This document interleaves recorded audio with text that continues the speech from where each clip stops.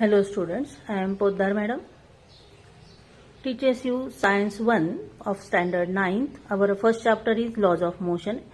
In the last period, we learned about the law of conservation of momentum and our chapter is over here. Now we can take the examples on these laws or equations of motions also. Then the first example is, in our textbook there is a chart is given and we have to fill up the banks of u, v and a, etc. Now we will take the example on this. If initial velocity u is equal to 2 meter per second, acceleration a is equal to 4 meter per second square, then time required is 3 seconds, then find the final velocity v. According to first equation of motion, v is equal to u plus at. हे पहिलं equation आहे, v is equal to u plus at. Then v is equal to, what is u is 2, u plus a is 4. Unit लिहायचं नाही आहे, आपण direct आकडे टाकू इथे. 4 multiplied by t is 3. Therefore it is 2 plus 12 is equal to 14. And this is velocity, and velocity, unit of velocity is meter per second. Hence v is equal to 14 meter per second. असं आपल्याला उत्तर लिहिता येणार आहे. Then second one is, if initial velocity u is equal to 5 meter per second, acceleration a is equal to 12 meter per second square, and time required t is equal to 3 seconds, then find displacement s. आपल्याला काय काढायचं आहे? s काढायचं आहे. According to second equation of motion, s is equal to ut plus half at square. Then s is equal to, what is u is given 5 multiplied by t is 3. Therefore 5 multiplied by 3 plus half. What is a? A is given 12 multiplied by t square means 3 square. T square means 3 square. Then this is 2 6 are 12. इथे भाग तोडून घेऊ. 5 3s are 15 plus 6 multiplied by 3 square is 9 is equal to 15 plus 9 6s are 54. Therefore it is equal to 5 plus 4 is 9 and 5 plus 1 is 6. Therefore s is equal to 69 meter. 69 meter. S is the length and hence displacement s is equal to 69 meter. Then third example is, if initial velocity u is equal to 4 meter per second, acceleration a is equal to 3 meter per second square, then what is displacement s? Here using the third equation of motion, v square is equal to u square plus 2as.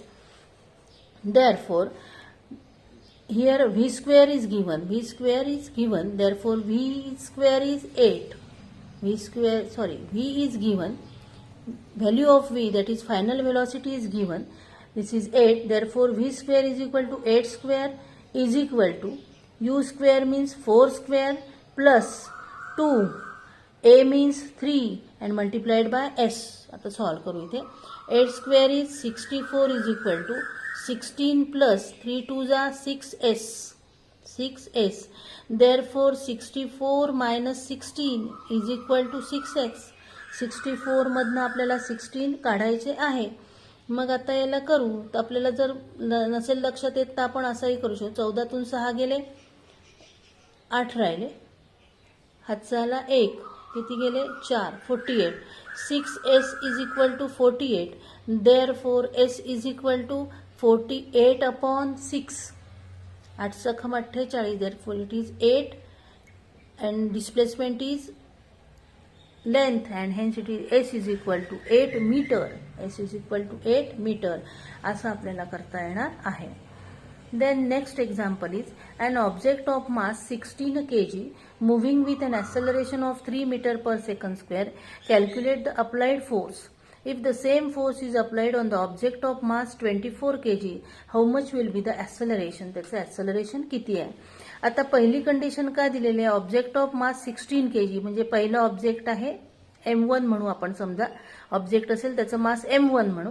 Then a1 is equal to 3 meter per second square. Then f is equal to question mark. दुसऱ्या वेळेला काय म्हटलं की तोच force त्याला applied आहे, same force is applied, तोच force applied केलेला आहे. ऑब्जेक्ट ऑफ मास 24 kg म्हणजे दुसरा आपण वस्तू घेतली तर तिचं मास येईल m2 and how much will be its acceleration. Here the force equation is, we know the force equation, F is equal to ma for the first object, F is equal to m1 a1, then F is equal to 16 kg multiplied by 3 meter per second square. 16 3s are 48 Newton, kg meter per second square means Newton. Then the force acting on the object is equal to 48 Newton.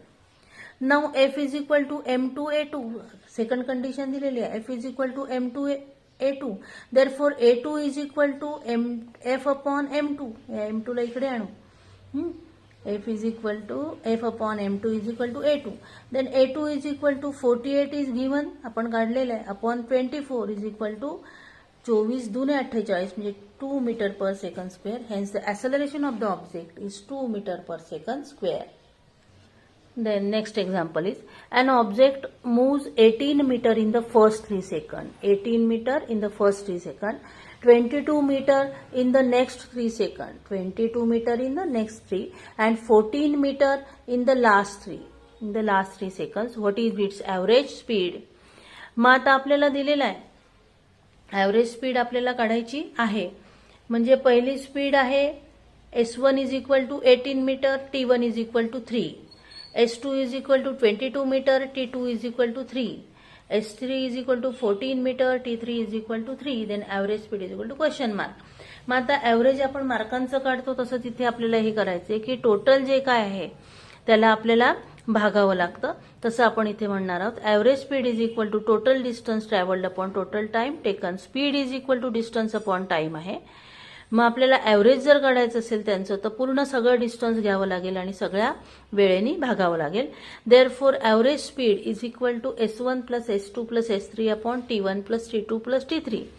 मग S1 how many is the S1 is 18 meter, S2 is 22 meter, S3 is 14 meter divided by तिन्ही ठिकाणी time दिलेला आहे 3 second, 3s plus 3s plus 3s. तर यांची बेरीज करू, 4 आणि 2 6, 6 आणि 8 14, 4 हातचा आला 1, 2 आणि 1 3 आणि 1 4 आणि 1 5, 54 upon 9 is 6 meter per second. Meter per second is the speed, meter per second is the unit of speed. Therefore average speed of the object is 6 meter per second. अशी आणखीन काही उदाहरणं आपल्याला पुस्तकात दिलेली आहे, ती आपल्याला सोडवायची आहे. इथे आपला chapter first laws of motion हा संपलेला आहे. आपल्याला नंतर पुढचं प्रकरण पुढच्या तासाला बघायचं आहे.